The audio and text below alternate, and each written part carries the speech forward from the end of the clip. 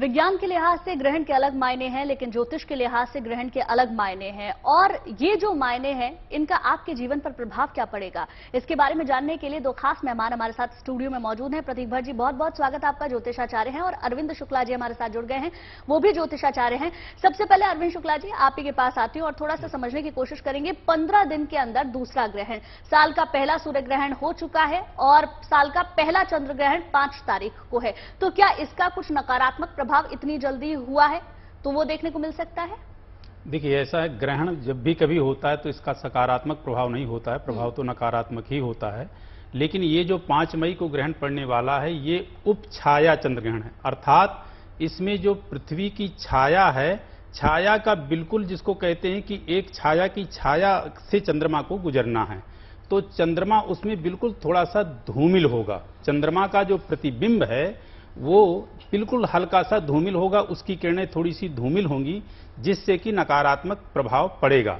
चंद्र ग्रहण यहां दृश्य होगा, ऐसा नहीं है। 5 मई को जो अपना ये चंद्र ग्रहण है, ये भारत में दृश्य भी है। जो दूसरा चंद्र ग्रहण पड़ना है 2024 में, वो दृश्य नहीं है, लेकिन ये दृश्य है, तो इसका नकारात्मक प्रभाव तो होगा। क्योंकि ये जो ग्रहण है उस दिन शुक्रवार तुला राशि स्वाति नक्षत्र में होने जा रहा है, तो जिनकी तुला राशि है उनके लिए थोड़ा सा ये नकारात्मक प्रभाव ज्यादा रहेगा। एक बात ये। दूसरी बात, अभी इससे पहले हमारा सूर्य ग्रहण हो चुका है अमावस्या के दिन, और ये ग्रहण पड़ रहा है पूर्णिमा, अर्थात बैसाख पूर्णिमा के दिन। उस दिन बौद्ध पूर्णिमा है, तो काम तो सारे धार्मिक आपके होंगे, कोई भी धार्मिक कार्य नहीं रुकेंगे। व्रत है, दान है, आदि जो आपके धार्मिक कार्य हैं वो सभी होंगे। लेकिन थोड़ा सा उसमें ये ध्यान रखना होगा आपको कि जैसे जिनका चंद्रमा 6, 8वें, 12वें स्थान में बैठा हो जन्म कुंडली में, और वह चंद्रमा यदि पीड़ित है, तो आप प्रयास करें कि उस वक्त भगवान शिव के मंत्रों का जाप या चंद्रमा के मंत्रों का जाप, बड़ा ही सिंपल, ओम सोम सोमाय नमः,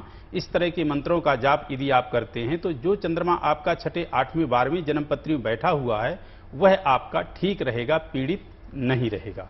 और चंद्रमा वैसे भी विशेषता जो है व्यक्ति के मन का, मानसिकता का, चित्त का, चिंतन का, मां का, मना स्थिति का कारक है। जो इस जीवन में सबसे बड़ी ताकत है वो व्यक्ति की अपना मनोबल है, अपनी उसकी मन की धरोहर है। कहते हैं ना कि सबसे बड़ी ताकत व्यक्ति का मनोबल। यदि मन से व्यक्ति नीरस हो गया, कमजोर हो गया, तो किसी भी चीज को जीती हुई बाजी को हार जाता है। तो इसलिए इसका नकारात्मक प्रभाव तो पड़ेगा, लेकिन इसका कोई सूतक पातक हमारे भारत देश में नहीं है। अन्य विदेशों में इसका जरूर है। ये बहुत ही छोटा सा उपछाया चंद्र ग्रहण जी। तो पंडित जी ने हमें बताया कि ग्रहण के दौरान हमें किन मंत्रों का उच्चारण करना चाहिए। तो मेरा अगला सवाल जो है वो पंडित प्रतीक भट्ट जी से है। पंडित जी, आपसे जानना चाहूंगी, ग्रहण के दौरान किन राशियों पर जो है इसका असर जो है वो बुरा होगा, किन राशियों पर इसका असर जो है वो अच्छा होगा?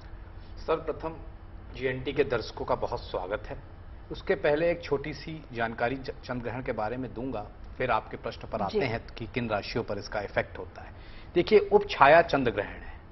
चंद्रमा का कोई स्वयं का प्रकाश नहीं होता है, वो सारा प्रकाश सूर्य से प्राप्त कर रहे होते हैं। जब सूर्य और चंद्र एक सीध में होते हैं और उनके बीच में पृथ्वी आ जाती है, तो पृथ्वी की छाया चंद्र पर पड़ रही होती है, जिसे उपछाया चंद्र ग्रहण कहते हैं, जो कि 5 मई 2023 को पड़ेगा। दूसरी इंपॉर्टेंट बात, ग्रहण हमेशा ही श्रृंखला मतलब सीरीज में आते हैं। ऐसा कभी नहीं हो सकता सूर्य ग्रहण आए फिर चंद्र ग्रहण ना आए।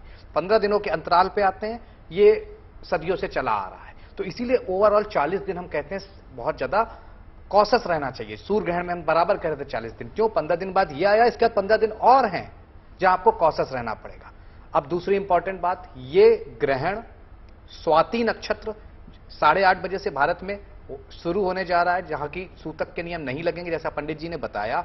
लेकिन चंद्रमा एक है, ग्रहण भी एक है, मन भी एक है, इंसान स्वयं में भी एक है, तो फर्क तो आएगा, थोड़ा बहुत आएगा। सूतक के नियम ना होने की वजह से बहुत मेजर इंपैक्ट नहीं आएगा। तो 9:30 बजे तक स्वाति नक्षत्र में ये रहेगा, फिर विशाखा में चला जाएगा, जहां पर थोड़ा सा प्रॉब्लम कर सकता है। तो इस दौरान आप पूजा पाठ ज्यादा से ज्यादा करिए।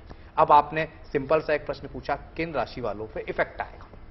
तो भाई, तुला राशि पर यह ग्रहण पड़ रहा है, तुला पे केतु बैठे हैं, वहां पर चंद्र साथ में जब उन्हें ज्वाइन करेंगे, जब भी चंद्रमा या सूर्य राहु केतु के साथ आते हैं, सिर्फ तभी उस स्थिति में ग्रहण पड़ सकता है।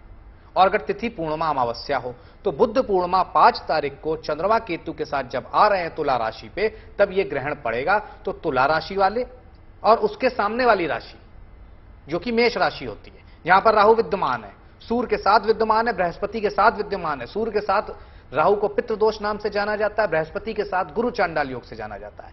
तो ये कॉम्बिनेशन कहीं से अच्छा नहीं है। 5 ग्रह कहीं ना कहीं इफेक्ट हो रहे हैं 2 राशियों के बीच। तो तुला राशि और मेष वालों को थोड़ा सा कहीं ना कहीं सावधानी बरतनी होगी। लेकिन भारत में नहीं है, मध्य एशिया में है, यूरोप में है, ऑस्ट्रेलिया में है, अफ्रीका में है, तो यहां पर ज्यादा सावधानी। इंडिया में जस्ट ओम सोमाय नमः, ओम श्राम श्रीम सोम सा चंद्रम सह नमः, रुद्राष्टक का पाठ, और इनमें से कुछ भी नहीं आता है। तो भारतवासियों को एक चीज आती है, ओम नमः शिवाय।